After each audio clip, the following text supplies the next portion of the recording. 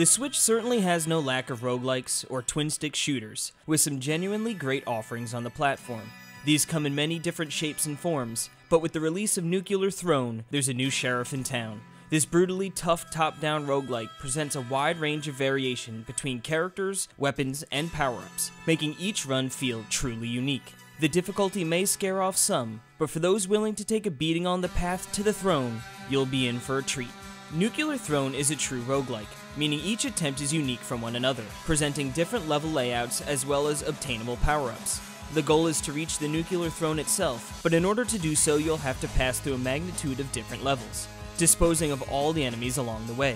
This starts off relatively tame, keyword relatively, but quickly ramps up the challenge and only continues to push the envelope the closer you get to the main objective.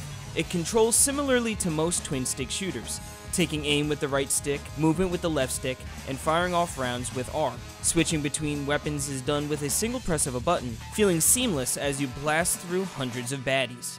As enemies drop dead, you'll collect rads, little green vials, which act as experience and upon collecting enough, will level up your character, allowing you to select a mutation after the completion of the level.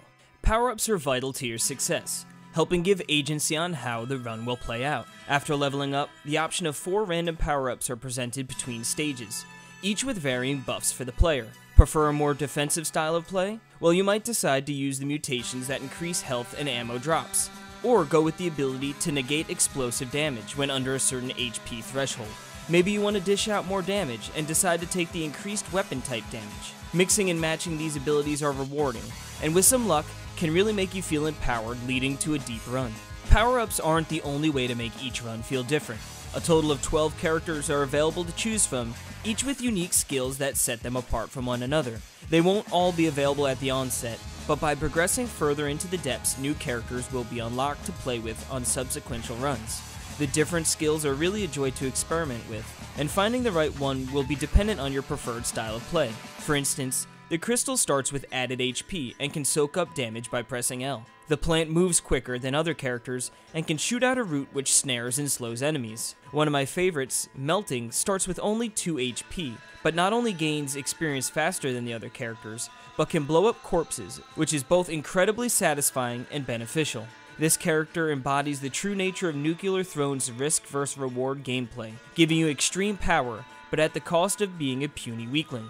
It was a pleasure to unlock new characters because it allows you to tackle the objective in new and exciting ways.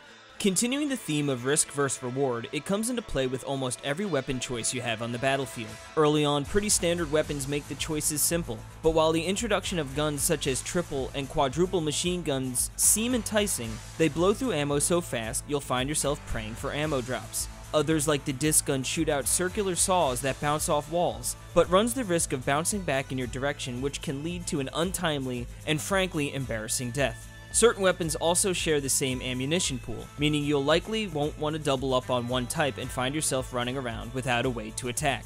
This helps promote switching up weapons on the fly, and I even found myself picking up one I knew I wouldn't want long term only to conserve bullets for my desired weapon. Heck, there are even melee weapons which deflect incoming fire, but obviously require you to be in the thick of it to deal damage. Overall, I found the weapon selection to be robust and full of fun weapons to use. When it boils down to it, there isn't too much negative to say about Nuclear Throne. It runs flawlessly in both handheld and docked modes, the pixel art looks great with interesting character and enemy design, offers co-op play, and the amount of variation between each run keeps it fresh as you slam your head against the wall again and again on your way to the throne. The difficulty is absolutely harsh, and is sure to turn some off, but feels completely fair outside of the rare fake chests that can quickly destroy an otherwise promising run. However, no matter how frustrating a death can be, I constantly found myself right back into it without a second thought.